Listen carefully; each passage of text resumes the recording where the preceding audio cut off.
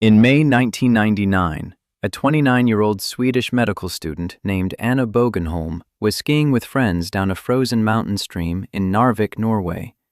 It was meant to be a fun day off from her radiology residency. Instead, it became one of the most extraordinary medical cases in history.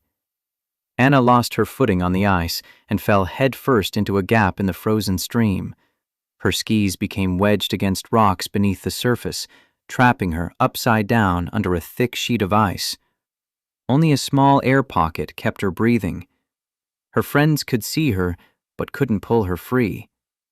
For the first few minutes, Anna remained conscious, gripping the ice, fighting the current, breathing through the narrow air pocket beneath the surface. Then her body temperature began to drop, and drop, and drop.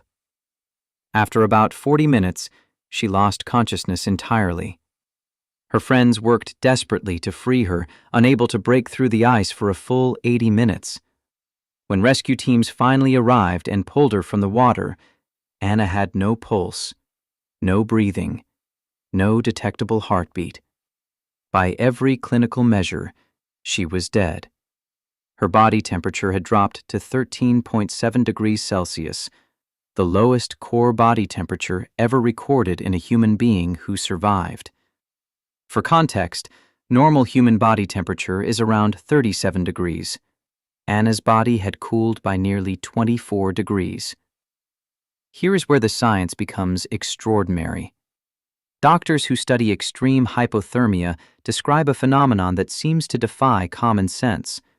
The colder the body gets before the heart stops, the better the chance of a full recovery, provided the cooling happens gradually enough. As Anna's body temperature fell, her metabolism slowed dramatically. Her brain and organs needed far less oxygen to survive. In effect, the extreme cold that should have killed her was simultaneously preserving her, buying her cells time that warmer conditions never would have allowed.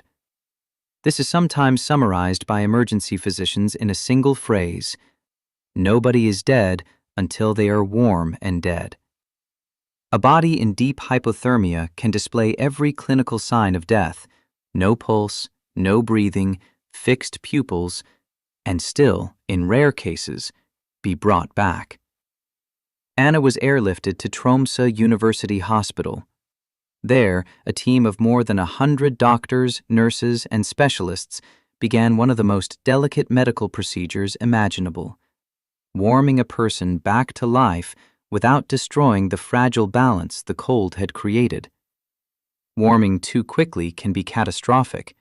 It can trigger a condition called rewarming shock, where blood rushes back to the skin and extremities, causing a fatal drop in blood pressure. The team used a heart-lung bypass machine to warm Anna's blood gradually, degree by careful degree. For 9 hours, the team worked, slowly circulating her blood outside her body, warming it a fraction at a time, monitoring every heartbeat as her heart began, tentatively, to beat again on its own. It was less like resuscitation and more like carefully restarting a stalled engine. Anna survived. She woke up days later, initially paralyzed from the neck down due to nerve damage from the extreme cold. Doctors were uncertain how much function she would regain, if any. Recovery, they told her, would likely take years, if it came at all. It took years. Anna underwent extensive rehabilitation, slowly relearning basic movement and coordination. Neuroscientists studying her recovery noted something remarkable: the brain's ability to rewire itself, forming new neural pathways to compensate for the damage the cold had caused. By October 1999, just 5 months after nearly dying in that frozen stream, Anna returned to work. Today, her case is taught in medical schools worldwide as the textbook example of survivable extreme hypothermia, and it directly shaped how emergency medicine treats cardiac arrest today. Anna Bågenholm's case proved something doctors had only theorized before: that the line between life and death, is far less fixed than we assume. Cold very nearly killed her, and cold delivered slowly enough is exactly what kept her alive long enough to be saved. That's last chance survival.